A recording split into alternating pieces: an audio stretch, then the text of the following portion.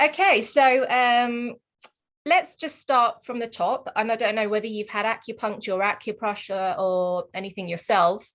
So Olga, can you just explain, first of all, what is the difference between acupressure and acupuncture? Yeah, sure. So it all works on the same principle of stimulating certain points in the channels, in the acupuncture channels. The acupressure obviously uses the massage technique. Sometimes you can use some tools to sort of help sort of going into the point, whereas the acupuncture uses the needles to have the same effect. In my experience, the acupressure is very similar to a shiatsu massage. So the acupressure in Chinese medicine is called tuina. They're all part of Chinese medicine. So Chinese medicine has got three main branches, which is the herbs. You've got the acupuncture and what they call tuina, which is some acupressure massages. So basically they go alongside the body to free up the energy flowing into that channel. So that basically reestablishes a good balance of flow of blood and energy into that channel. Whereas the acupuncture will choose specific points that basically have got the aim of restoring the balance in what the Chinese practitioner has seen as an imbalance in your body. Okay, so you mentioned channels as well. For those that, I mean, I kind of have an understanding of channels now, because every time you stick needles in me, I go, what's that for? And where does that go? But what are channels? What, can you explain to the everyday person that's not experienced it before? Yeah, sure. So there's 12 main channels and they're paired together. So it's quite complicated because they're all interconnected, but most of them will start either from the hands or the feet, or they terminate at the hands and the feet. And they can start from different parts of the body. And then they go alongside the body. So if I show you the long channel, we'll start from the thumb and then go inside the elbow and then go into this area here. And that's the long channel. But the long channel is connected to the large intestine, and then is also connected to the spleen channel. And they all start quite superficially, and then they connect with the organ at a certain point, but then they can also connect with the linking other channels. It's difficult because if you do an autopsy of the body, we will not find the channel. So they still don't know where the acupuncture point, how it works. A new sort of theory is that it works on the fascia, because the fascia is that connective tissue that wraps around the muscles, and then it's got this electric impulse conductivity. So it's very similar to what you experience when you have an acupuncture treatment. Oh, it's fascinating. See, Olga and I practiced this last week, and I learned loads then. And then Olga's just blown my mind with something else now. I did say to you, I'm going to say something completely different. So that's you next time. Yeah. So we've also already said about how things are interconnected. And so am I right in saying, I mean, if I came to you and I had a shoulder problem, it could actually be related to my spleen? Yeah, most likely the large intestine, and you might have digestive problems. And there's also points in the legs that treat the shoulder, and then there's points in the shoulder that treat the lower legs or the feet, which I can see one of the questions is. So yeah, most of the time, and it depends on the practitioner, but sometimes if you come for a shoulder problem, you might not even get a point in the shoulder. You might get points all around the body. Yeah. So I had my first acupuncture treatment at the age of 26 when I was diagnosed with shingles, which the doctor told me it was an old people's illness and handed out me a leaflet on punted by age concern. They also told me the only thing that would help with that type of pain, because it's a neurological pain rather than a physical pain, was acupuncture. I went along to somebody, I just looked someone up locally, and I thought I was going to get herbs. I was a little bit scared of needles. And then I sat down and he said, "You do realize this does involve needles?" And I said, "Oh, does it have to?" And he said, "Yes." He said, but it will make you better. He said, I'll try one and see how you go. And from then on, I became a human pincushion.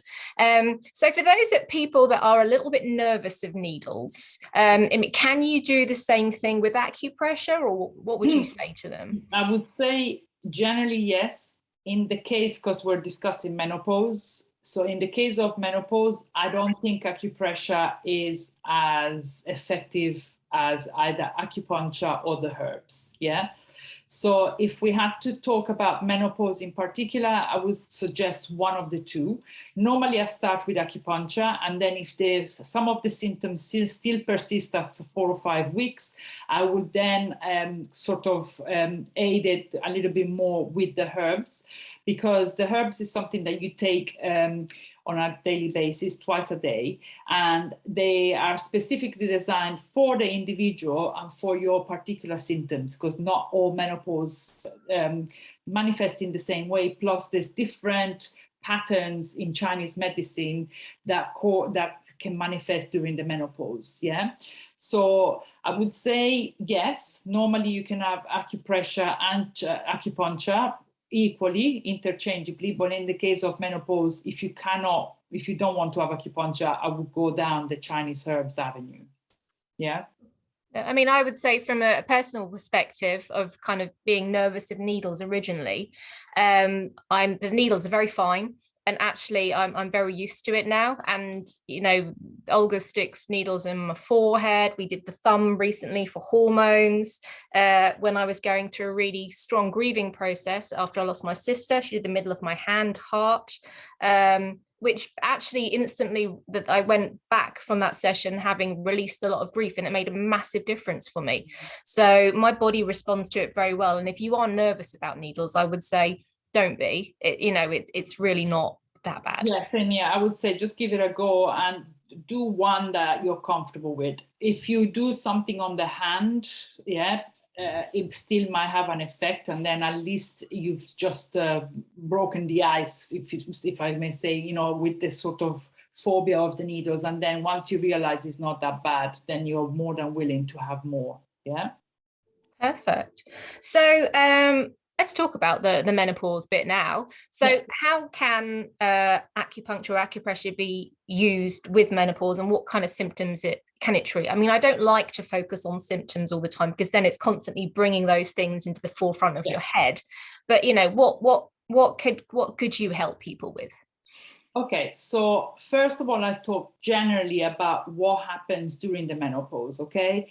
Because in Chinese medicine, you have cycles, and that's governed by the kidney energy. The kidneys is pretty much what is related to the hormones, and is related to the cycles of life. And in women, they are every 7 years. So you go through the childhood, then you go through puberty, then you go into adult life. And when you get to 49, which is 7 times 7, is when you have the change with the menopause.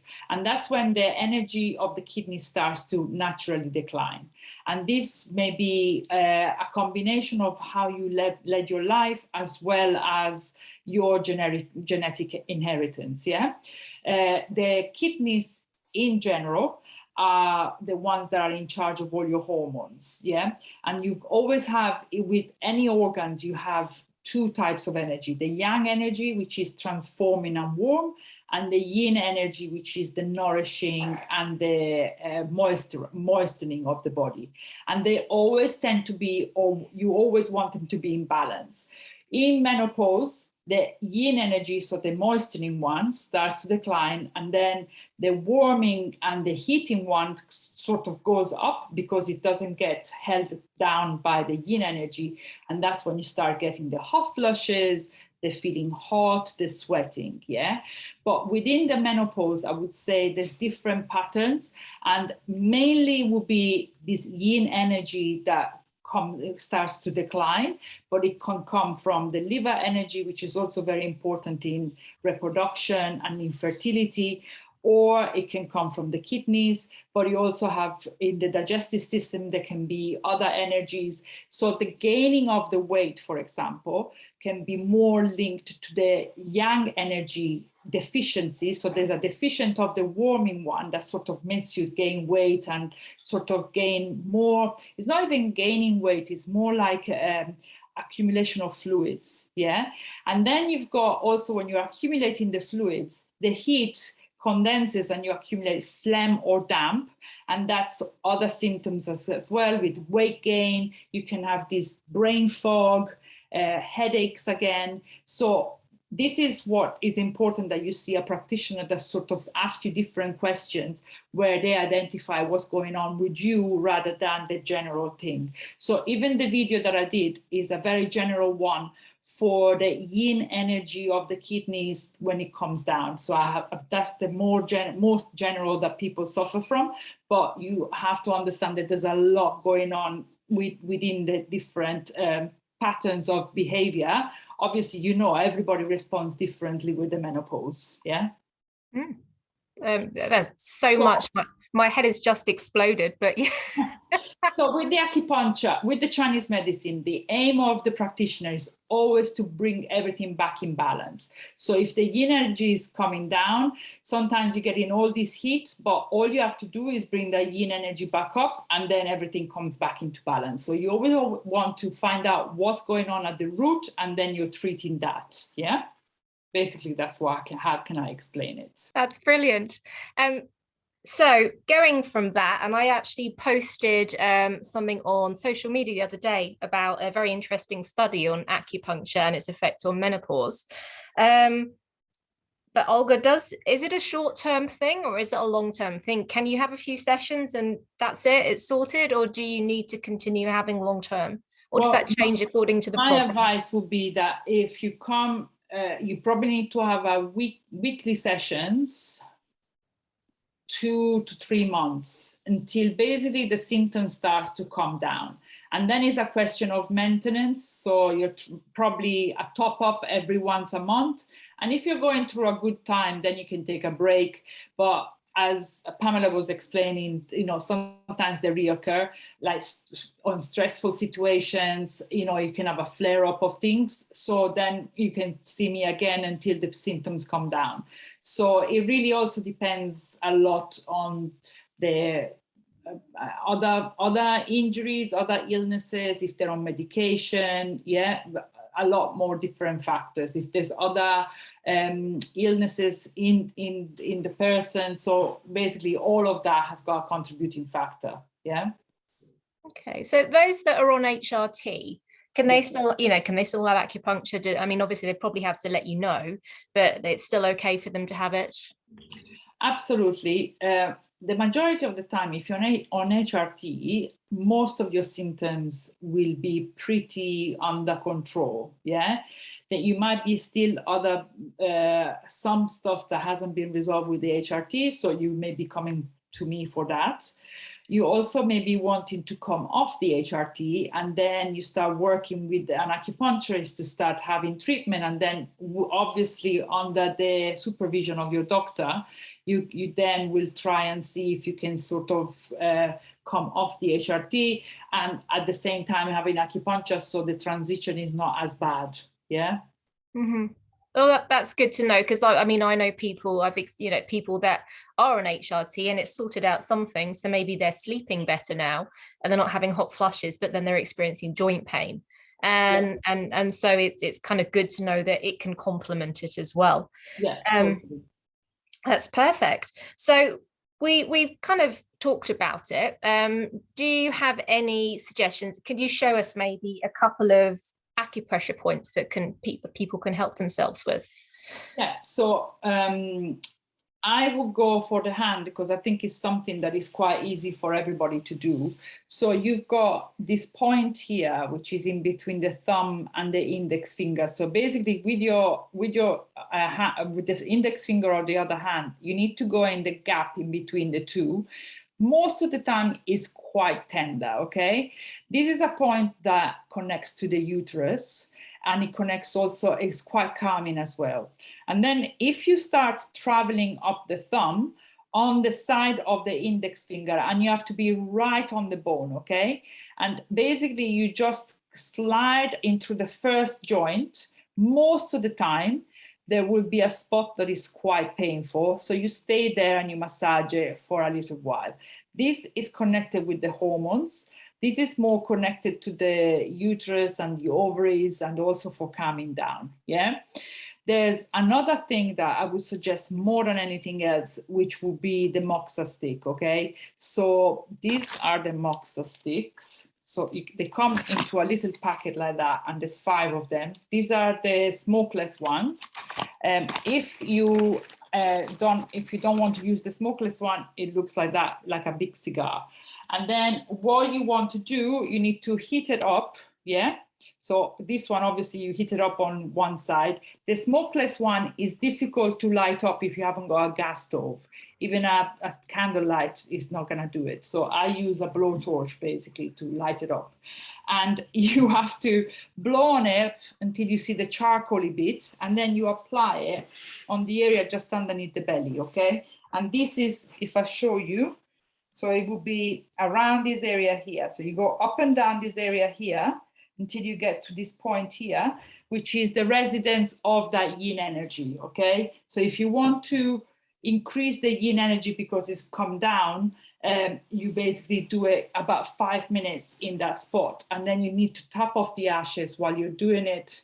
And the majority of women really find it very beneficial, and it's also quite calming, yeah? Okay, so you're just hovering over the belly button, so you feel the heat. I know when Olga's done this to me, and I've got some moxa sticks at home as well now. It's really soothing. Yeah. And actually, when I've had cystitis, which has been a menopausal cystitis thing, where the pelvic floor gets too tight and pulls and irritates the bladder, and then it's gone into a bladder infection, that has been really lovely. Just doing that little circle, it's been fantastic. Yeah. So that would be my top tip for, in terms of, you know, if I had to give something to any woman that is going through the menopause feeling quite safely, it would be these points here and the moxa on the belly. Yeah. And is there, I mean, I know with kind of reflexology and points and stuff, if you kind of did massage the area where the bowel is, you end up going to the toilet more and stuff. Is that, can you do too much of the massage down there, or how long should you do it I for? wouldn't do more than a couple of minutes, yeah? So it's more like doing it maybe once or twice a day, yeah? And then there's also points that you can put on the ear. This is on the video as well. And basically they look like this. Can you see? Got my glasses on, but I'll stare. So it's a pellet that is a magnetic pellet that is basically attached to a plaster, and you attach these to basically the lower lobe of your ear, is on the video. So, and then you apply those plasters here, and then you just press them about 10 seconds every day. And the same plaster can stay for about 4 or 5 days, yeah? And that's a good way of also stimulating these areas, which are all linked to the uterus, the hormones, yeah? And they're also quite calming because they are connected to the vagus nerve. Yeah. Wow. So what you can do. Olga's just surprised me again. We didn't talk about this the other day. So it's fantastic. I just keep learning more bits every time. So we've kind of learned what it is, how to do it, some key points. You've got some self-help waiting for you in the chat room now that you can use. But what about if you actually think, I actually want to go and see somebody for some acupuncture? Where can you find, I mean, if you're based in London, Olga's in, well, central London, Elephant and Castle as well, easy to go to. If you're not based in London, where can you find a good so there's the biggest website for acupuncturists, which is called the British Acupuncture Council, and it works by postcode. So you place your postcode, and it comes up with all the different practitioners that are basically nearby. I would suggest that you call them and you ask them how they go on about the menopause. Have they treated before? Because what you want to do is you want to find out if this person is going to do a full-on consultation on you, and then they can sort of come up with a diagnosis that basically fits your symptoms, rather than just giving you something that fits all, because it is not as simple as that. And then once you get, you have to get on with the person. So on the telephone call, more or less if you would like to go further than that or not. And then just book an appointment and go there and see what happens. That's perfect. I think that's really useful to know, because sometimes you see a lot of places around and you think, how do I know? How to know if they're the right person for me? So it's always good to know kind of the best places to look. Yeah. So before we go into the quick Q&A, what is, if you were to give one tip about menopause, what would it be? I think the main thing would be prepare. Yeah. Because I think we obviously take for granted our body, and we don't realize that along the way we start building up imbalances that when we hit that 7-year cycle, then are going to hit us more, because we're so out of balance. So I started working on my menopause at the age of 40. And I'm 10 years alongside this journey. So basically I went to see, but I hit it from different angles. So I went to a nutritionist, I did a lot of tests. I've just recently done a hormone test to see where I am. So it's almost like a snapshot of where I think, where you are at a certain age, and then you can compare it to that. And then the other thing is, I would say, if you feel out of sorts and you're still menstruating, I would suggest start seeing an acupuncturist now. It doesn't have to be an acupuncturist. It might be that you enjoy going for a day of spa and having a massage, having reflexology, going for a walk in the park, but you need to find something that rebalances you. And if still that's not enough, then I can say pretty confidently that an acupuncturist, a good acupuncturist, is going to be able to bring you back to a level of balance where you're hitting certain big things, big changes in your body, you're able to cope with them better. If that's not your case and you're already going through the menopause, I would suggest do things that help you out. Yeah, there's a lot of things that you can do with your diet. There's supplements that you can take that can help you out. Like aloe vera juice is a very good yin boosting sort of supplement. And then go and see an acupuncturist at that point, because then they can really help you out instead of going straight away on the HRT. I'm not disregarding HRT. I think this helped a lot of women. So if you're finding that all of these things are not helping you out and there's no reason for you not to go on HRT, and never discourage women not to do HRT, because it can be quite distressing, certain menopausal symptoms. So, if nothing has helped, then go ahead and have the HRT. Brilliant. Thank you very much. So if you joined slightly late, Olga's details are in the top bit of the chat room. And also she's created a little YouTube clip for acupressure points for menopause as well. So we have that specially for you, which you can like copy and paste somewhere. And if you can't manage that, then I will email. I've recorded this, so I will edit it and email it out to you guys afterwards as well, so you have a copy for yourselves. So let's just open up the floor. Does anyone have any questions? You can pop it in chat, or you can unmute yourself if you want. So let me start with the one that is already here. Something for yes. pain in my feet would be helpful. There are certain points that are specific for lower body, okay? And there's one point that is on the shoulder.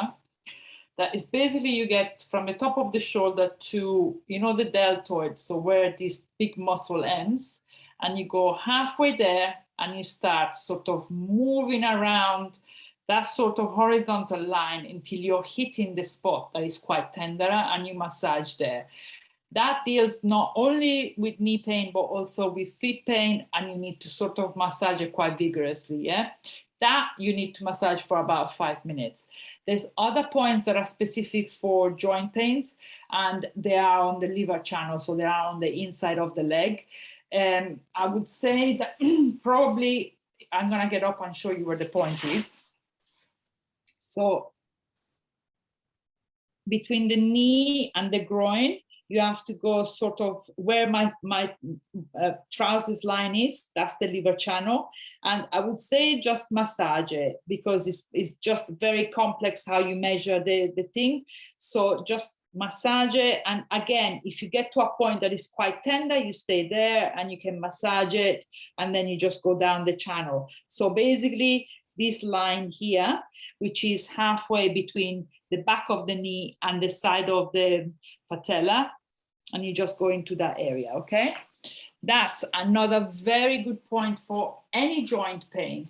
But then there's also the question of, have you got any history of anemia? Because what tends to happen is the body in women with menopause, going through the menopause, sort of dries up a little bit. And that's when you start having less moisture around the muscles, because the body has to prioritize where it sends the moisture. So basically that's when you get a little bit more dryness around the muscles. And then I would suggest more also things that are quite more moisturizing in terms of food as well. So lots of water-rich foods. So that could be cucumbers, watermelon, yeah, loads of green leafy vegetables, because they're quite good for the joints, yeah, because the joints as well are connected with the liver. So, and that's why the liver channel is quite good for that, yeah. Does that help? Perfect. Does anyone else have any particular questions they'd like to ask? You can pop them in, or you can message us later if you'd like. Vaginal dryness. The moxa on that belly, on that bottom, on the sort of underneath the belly button, that's quite good for the vaginal dryness. So the question is, what can we do regarding vaginal dryness? If that doesn't work, try to do some sessions of acupuncture. There's certain points, I forgot to say. So there's 12 channels in the body where there's points alongside that channel, but there's also 8 extra channels, and they're all linked to the reproductive organs and to the fertility. And I use them a lot during menopause and fertility. So try acupuncture. If that doesn't help, I think an estrogen cream is quite good, yeah, because it really sort of relieves some of the symptoms and it stays quite topically in the area. So if none of them work, then definitely go down the avenue of a cream that can help you for it, yeah. But moxa, if that doesn't work, go to see an acupuncturist, and if that doesn't work, then go down the cream route, yeah. Cool, thank you. Okay, why do menopausal women have low libido? This is connected with the kidney energy. So the kidney energy is the one that also is linked to our sex drive. So when that kidney energy declines, then our libido also declines, technically, yeah. There's also the yang energy, which is the transforming and the moving, that is very much linked to the libido. Again, that point, or the moxa point on the belly, below the belly button, should help with that, because it sort of restores and rebalances both energies. And you might find that also the points in the ears, because they have a slight effect on the hormones, can also help with the libido, yeah. No, that's good to know.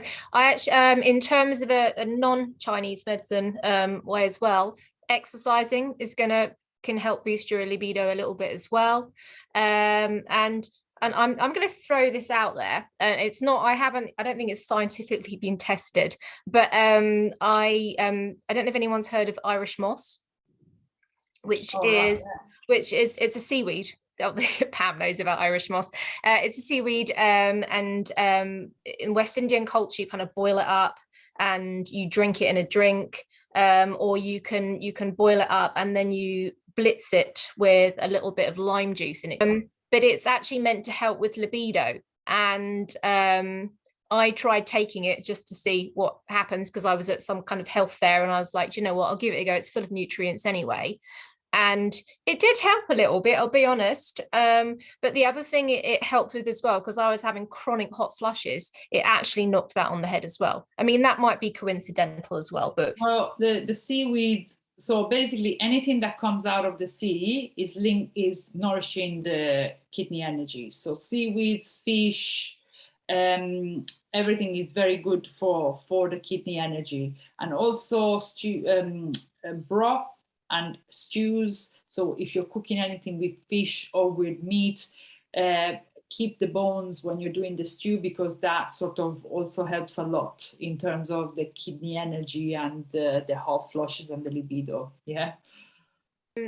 don't underestimate the impact of stress and your cortisol levels on your libido as well.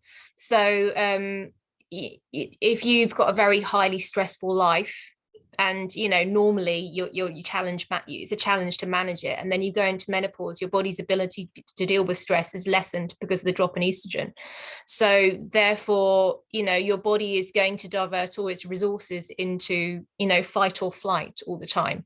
So, and obviously libido is the last thing you're going to be worrying about if you're worrying about saving saving your life. So just maybe look at your lifestyle as well, and and look at whether you can reduce your stress levels and improve your sleep, because those things will also have an impact on your libido.